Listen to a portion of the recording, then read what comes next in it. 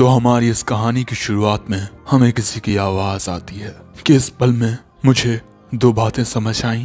पहली, किसी चीज की कद्र तुम्हें तब होती है जब वो तुमसे दूर हो जाती है, और दूसरी कि किसी को खोना बहुत आसान है। एक एक्सीडेंट में हमारा मेन कैरेक्टर अपने पूरे परिवार को खो देता है और उसे खुद भी काफी चोटें आती हैं, और इसके बाद वो अपने बगल में बैठी लड़की को देखकर सोचता है कि क्या मैं इसे भी खो दूंगा, और इस बात से वो घबरा जाता है। वो लड़की ये देखकर हमारे हीरो से कहती है कि मैं कहीं नहीं जाऊंगी, और ये बात सुनकर वो रोने लगता है। अब इसके कुछ वक्त बाद हमें इनकी क्लास का सीन दिखाया जाता है। लंच का वक्त होता है। एक लड़का आकर हमारे हीरो से कहता है, असानो प्लीज सॉकर प्रैक्टिस मैच में हमारी मदद कर दो। लेकिन असानो उन्हें मना कर देता है, और दोस्तों असानो ने इन्हें लगातार ये 10वीं बार मना किया है। अब ये लड़का कहता है कि यार तुम हमारे साथ कहीं घूमने क्यों नहीं चलते, तुम्हें बिल्कुल अकेला देखकर हमें बहुत बुरा लगता है। लेकिन उनकी बातों से असानो बहुत ज्यादा नर्वस हो जाता है, इतना ज्यादा कि वो बेहोश ही हो जाता है, और इसी वजह से क्लास के सभी लोग असानो को काफी ज्यादा शर्मीला समझते हैं। लेकिन ऐसा नहीं है कि मैं शर्मीला हूँ, और मैं इस बात से काफी खुश हूँ कि वो मुझसे बात करने की कोशिश करते हैं। लेकिन फिर भी, और अब वो लड़के वहां से चले जाते हैं। तभी मिस सुमी उसके पास आती है और उससे कहती है कि तुम्हें उनसे बात करनी चाहिए थी। वैसे मैं लंच लेकर आई हूँ, चलो खाना खाते हैं। और देखो मुझे पता है कि अपने काम की वजह से तुम सही से खाना नहीं खा रहे, मैं तुम्हारे लिए तुम्हारी पसंद का खाना लेकर आई हूँ। मिस सुमी की इतनी बातें सुनकर असानो खाना खाने के लिए तैयार हो जाता है। वैसे ये तीनों लड़के उन दोनों को देख रहे थे। वैसे कहा जाए तो मिस सुमी को देख रहे थे, क्योंकि मिस सुमी को स्कूल के सभी लड़के बहुत पसंद करते हैं। वैसे यहाँ हमें पता चलता है कि मिस सुमी और असानो बचपन के दोस्त हैं। दूसरी ओर मिस सुमी असानो से कहती है कि मुझे तुम्हारी बहुत चिंता होती है, कहीं तुम जिंदगी भर अकेले ना रह जाओ। असानो बोलता है कि तुम कहने वाली कौन होती हो, तुम भी तो सभी लड़कों को रिजेक्ट कर देती हो, और काफी सारे लड़के तो काफी ज्यादा स्मार्ट और हैंडसम होते हैं, लेकिन फिर भी तुम उन्हें रिजेक्ट कर देती हो, आखिर ऐसा क्यों? मिस सुमी बोलती है कि तुम्हें मेरे बारे में इतना सोचने की कोई जरूरत नहीं है। इस वक्त तुम्हें खुद को बदलना चाहिए, क्योंकि तुम्हें ऐसी हालत में देखकर तुम्हारा परिवार उदास हो जाएगा। और इसके बाद वो असानो को खाना खिलाने लगती है। असानो उसे खाने ही वाला था, लेकिन तभी कोई दूसरा उसे खा जाता है, और ये होते हैं इनके हिरुकावा सेंसेई। और उसे वहां देखकर असानो सोचता है कि ये अचानक यहाँ कहाँ से आ गया। और तभी मिस सुमी बोलती है कि सेंसेई आप तो लेक्चर देने के लिए विदेश गए थे, है ना? सेंसेई बोलते हैं कि मुझे तुम्हारे हाथों का खाना सुनकर असानो काफी हैरान हो जाता है, और इसके बाद सेंसेई वहां से चले जाते हैं। असानो को तो कुछ समझ ही नहीं आता। अब स्कूल खत्म होने के बाद ये लड़के असानो को गुड बाय कहकर यहाँ से चले जाते हैं, और इसके बाद हम असानो को भी जाते हुए देखते हैं।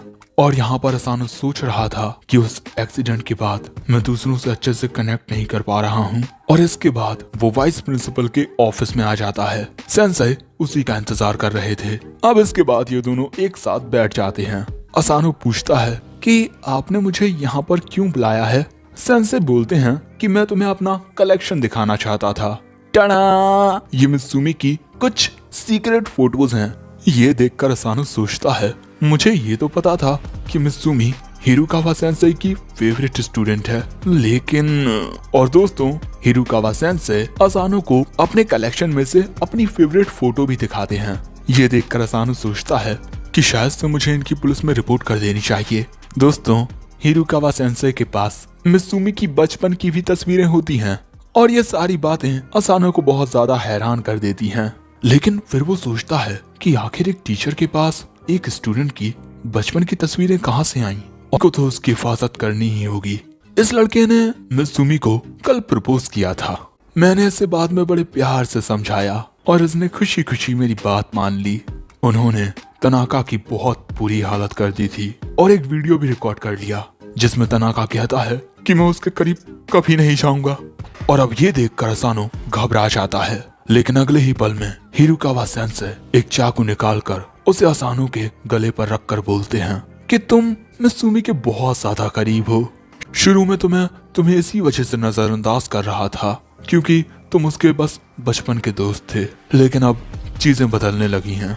बेचारा असानो यहाँ पर हिल तक नहीं पा रहा था। और आप सन से बोलते हैं कि देखो, इसे पर्सनली मत लेना, मैं ये सब अपनी प्यारी छोटी बहन के लिए कर रहा हूँ।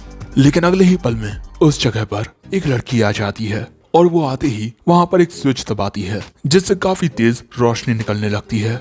और अगले ही पल में हिरुकावा सेंसेई देखते हैं कि असानो उनके बगल में नहीं होता। दूसरी ओर जब असानो अपनी आंखें खोलता है, उसे अपने सामने मित्सुमी और कई सारे लोग दिखाई देते हैं।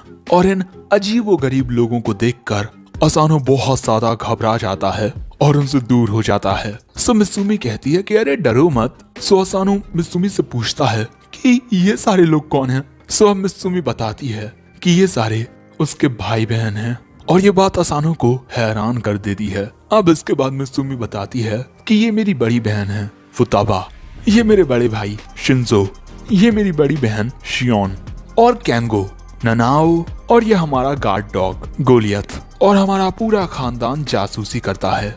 सच में ये सारी बातें तुमसे लगातार 10 सालों तक छुपाए रखना मेरे लिए बहुत मुश्किल था। सो असानो बोलता है कि तुम ये क्या बोल रही हो, मुझे कुछ समझ नहीं आ रहा। मित्सुमी कहती है कि सब कुछ तो बता दिया मैंने, हम सभी जासूस हैं। अब इससे असानो और परेशान हो जाता है और बोलता है कि शायद से तुम सभी प्रैंक कर रहे हो, है ना? जैसे ये गन, ये पक्का नकली है। लेकिन जब वो गोली चलाता है तब उसे असलियत का एहसास होता है। अब ये सभी बोलते हैं कि जासूस होना तो बड़ी मामूली सी बात है। हाँ, वो बात अलग है कि हमारे परिवार को 4.8 की रेटिंग मिली है रिव्यू साइट्स पर। अब ये सारी बातें सुनकर असानो की हालत और भी ज्यादा खराब होने लगती है। और वैसे इनकी पॉपुलैरिटी का एक बड़ा राज है इनके बड़े भाई क्योइचिरो। ये हमारे घर के सबसे बड़े बेटे हैं और ये हमारे परिवार के बेस्ट जासूस हैं। ये सब जानकर असानो पूछता है, तो फिर आपके भाई ने मुझ पर हमला क्यों किया? फुताबा बोलती है कि हमें कहीं से ये खबर मिली है कि मित्सुमी को कोई मारने की कोशिश कर रहा है। वैसे ये जानकारी हमें सोशल मीडिया से मिली है। असानो देखता है कि सोशल मीडिया पर इनके काफी सारे फॉलोअर्स हैं। और अब फुताबा बताती है कि काफी वक्त पहले क्योइचिरो की वजह से मित्सुमी को एक काफी गंभीर चोट आ गई थी और मित्सुमी के वो सफेद बाल उसी एक्सीडेंट की वजह से हैं। और इसके बाद इन सब का जिम्मेदार क्योइचिरो खुद को ठहराने लगा और फिर वो मित्सुमी को लेकर बहुत ज्यादा ऑब्सेस हो गया।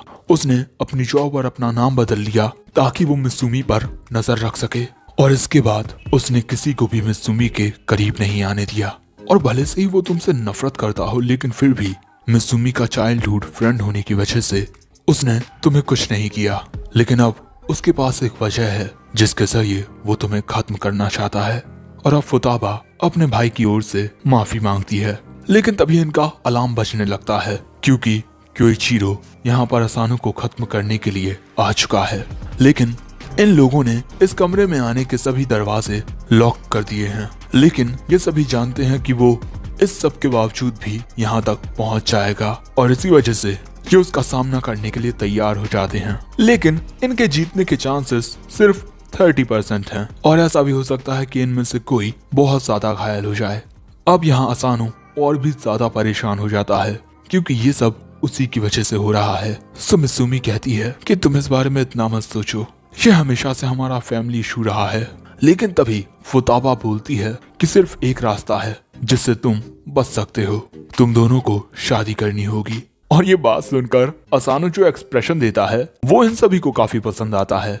वैसे इनके परिवार में एक नियम है कि तुम अपने ही परिवार के सदस्य को नहीं मार सकते हो और हमारे परिवार में शादी करने के लिए बस तुम्हें ये रिंग एक्सचेंज करनी होगी। ये चेरी ब्लॉसम रिंग डबल बैंडेड होती है और इस तरह दोनों जन एक एक रिंग पहन सकते हैं और वो चाहकर भी इस रूल को नहीं तोड़ पाएगा। इस बारे में तुम दोनों क्या बोलते हो? ये बात सुनकर असानो सोचता है कि शादी मतलब परिवार और उससे फिर से उस एक्सीडेंट की याद आती है और वो डर जाता है। तभी मित्सुमी कहती है कि मैं असानो से शादी नहीं करूंगी, उसने अभी अभी अपना परिवार खोया है जिस वजह से उसका दूसरों से बात करना तो छोड़ो, सोना भी मुश्किल हो गया है। वो अपने परिवार को खोने के दर्द से गुजर रहा है और अगर हम उससे कहेंगे कि वो हमारे परिवार को ज्वाइन कर ले तो ये काफी क्रूर होगा। लेकिन ये बात सुनकर अचानक ही असानो के दिल में अजीब सा दर्द होने लगता है। वैसे दूसरी तरफ ये सभी अपने बड़े भाई से लड़ने के लिए तैयार हो जाते हैं। वहीं मित्सुमी असानो से कहती है, माफ करना, तुम हमारी फैमिली प्रॉब्लम में फंस गए। अब इससे पहले कि ये लोग कोई प्लान बना पाते, क्योइचिरो वहां आ जाता है और बोलता है कि तुमने तो मुझे अकेला छोड़ दिया, किसी को पता नहीं चला कि वो कब यहाँ आ गया। और दोस्तों, क्योइचिरो इनके बिछाए हुए जालों से बचकर आया है। लेकिन तभी फुताबा कहती है कि आप इन दोनों से दूर रहो। क्योइचिरो बोलता है, हम नहीं जानते कि ये मित्सुमी के लिए कितना बड़ा खतरा हो सकता है, और मेरी नजर में जब तक तुम्हारी बेगुनाही सिद्ध ना हो जाए तुम अपराधी हो। अब ये बात सुनकर फुताबा क्योइचिरो की टाई पकड़कर उसे बहुत तेजी से घुमाने लगती है और इसके बाद सोफे में मार देती है। और इसके बाद ये सभी एक साथ मिलकर क्योइचिरो से लड़ने लगते हैं। लेकिन इनके हमलों का क्योइचिरो पर कोई असर नहीं होता और इसके बाद क्योइचिरो इन पर हमला करके ननाओ और शिंजो को दूर फेंक देता है और बोलता है कि मैं तुम सभी से लड़ना नहीं चाहता, बस उस लड़के को मेरे हवाले कर दो। लेकिन अगर तुम लोग मेरी बात नहीं मानोगे। और इसके बाद वो अपने हाथों से कुछ जाले निकाल लेता है। ये उसका स्पेशल वेपन है, स्टील स्पाइडर, जो किसी भी चीज को काट सकते हैं। सो फुताबा उसका सामना करने के लिए जाने लगती है। वो क्योइचिरो के जाल को खुद से दूर फेंक रही थी, लेकिन क्योइचिरो उसे बड़ी ही आसानी से छत से बांध देता है।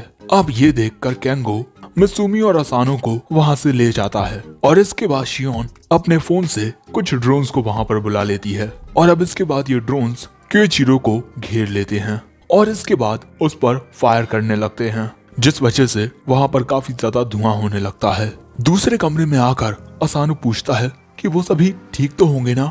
सो मित्सुमी बोलती है कि चिंता मत करो, हमारे फैमिली रूल के अकॉर्डिंग कोई भी फैमिली मेंबर्स को नहीं मार सकता है। और इसके बाद मित्सुमी एक सीक्रेट डोर खोलती है और केंगो असानो का कोट उतार लेता है और असानो को उस सीक्रेट डोर के अंदर कर देता है। और यहाँ पर असानो मित्सुमी की ओर देखता है। सो मित्सुमी कहती है कि चिंता मत करो, मैं कहीं नहीं जाऊंगी। और इसके बाद वो उस दरवाजे को बंद कर देती है। दूसरी ओर क्योइचिरो शियोन को हरा चुका था और इसके बाद वो मित्सुमी और असानो के पास आ जाता है। और इसके बाद मित्सुमी को अपने पास बुलाता है क्योंकि वो नहीं चाहता कि असानो के खून के क्योइचिरो कहता है कि ठीक है मित्सुमी, मैं अब उसे कुछ नहीं करूंगा, लेकिन मैं तुम्हें भी घर से बाहर नहीं जाने दूंगा, क्योंकि बाहर तुम पर खतरा हो सकता है और तुम्हारा बड़ा भाई होने की वजह से तुम्हारी हिफाजत करना मेरी जिम्मेदारी है। ना ही अब तुम घर से बाहर जाओगी, ना ही फोन चलाओगी और बाहर की दुनिया से खुद को अलग कर दोगी। तुम्हारा स्कूल, तुम्हारे दोस्त, उनका हंसी मजाक और उनका प्यार, मैं तुम्हें उन सब से बचा कर रखूंगा। जिस दिन वो एक्सीडेंट हुआ था उस दिन मैंने तुम्हें लगभग खो ही दिया था, लेकिन अब मैं तुम्हें कुछ नहीं होने दूंगा। मैं अपनी जान देकर भी तुम्हें बचाऊंगा। और ये कहते हुए क्योइचिरो मित्सुमी की तलवार को अपने पेट में धंसा लेता है और इस वजह से मित्सुमी बहुत ज्यादा घबरा जाती है। और अब क्योइचिरो कहता है कि तुम उस लड़के के बारे में भूल जाओ और बस मेरे साथ रहो। और मित्सुमी इसके लिए हाँ कर देती है क्योंकि वो नहीं चाहती कि असानो को कुछ भी हो। लेकिन तभी उस सीक्रेट रूम का दरवाजा खुलता है और असानो उसमें से बाहर निकलता है और बोलता है कि मित्सुमी को जाने दो। सो क्योइचिरो कहता है कि हमारे फैमिली के मैटर से दूर रहो। यहाँ असानो सोचता है कि ये बिल्कुल मेरी तरह है, ये उसे खोना नहीं चाहता जो इसके दिल के करीब है, लेकिन जिसकी ये हिफाजत करना चाहता है। आखिर उसका चेहरा इतना घबराया हुआ क्यों है। और अब असानो कहता है कि मित्सुमी, तुम्हारी बहन ने जो कहा था अब हम वही करते हैं और अब मैं बिल्कुल ठीक हूँ, क्योंकि तुमने मुझसे वादा किया था कि तुम कहीं नहीं जाओगी। ये बात सुनकर मित्सुमी मुस्कुराती है और अपनी अंगूठी का एक हिस्सा निकाल लेती है और उसे असानो की ओर फेंकती है। असानो उस अंगूठी को पकड़ने के लिए दौड़ता है, लेकिन अंगूठी पकड़ने से पहले ही वो क्योइचिरो के जालों में फंस जाता है। और अब क्योइचिरो कहता है कि मैं तुम्हें ऐसा कुछ भी नहीं करने दूंगा। लेकिन उन जालों में फंसे होने के बावजूद भी असानो उस अंगूठी को पकड़ लेता है, जिससे उसके हाथों पर काफी चोट आती है। और अब असानो मन में कहता है कि मित्सुमी, मुझे से एक बेवकूफ लड़के की हमेशा हिफाजत करने के लिए शुक्रिया, और इसी वजह से अब मैं तुम्हारी हिफाजत करूंगा। और ये कहते हुए असानो क्योइचिरो के जालों को तोड़ देता है और अगले ही सीन में वहाँ पर बाकी सब भी आ जाते हैं। और यहाँ असानो उस अंगूठी को पहनते हुए बोलता है कि मैं तुमसे वादा करता हूँ, मैं हमेशा मित्सुमी की हिफाजत करूंगा, मेरे प्यारे साले साहब। और इसके अगले ही पल में मित्सुमी असानो के पास जाकर उसके गले लग जाती है। ये देखकर बाकी सब तो बहुत ज्यादा खुश होते हैं, लेकिन क्योइचिरो नहीं। सो फुताबा उसके पास जाती है और बोलती है कि अब तुम सिर्फ एक ही काम कर सकते हो, उस बच्चे को सिखाओ कि मिसुमी की हिफाजत कैसे की जाए। सो गाइज, अगर आपने मेरी वीडियो को एंड तक देखा तो वीडियो को लाइक कीजिए, कमेंट कीजिए, शेयर कीजिए, सब्सक्राइब कीजिए मेरे यूट्यूब चैनल एनिमे डैनलैंड्स को। और अगर आप मुझे कोई एनिमे रिकमेंड करना चाहते हैं तो आप मुझे इंस्टाग्राम पे डीएम कर सकते हैं। मेरे इंस्टाग्राम की लिंक आपको मेरे बायो और मेरे चैनल के लिंक में मिल जाएगी। और इसी के साथ ही ये वीडियो यही एंड होती है। ありがとうだ。ありがとう。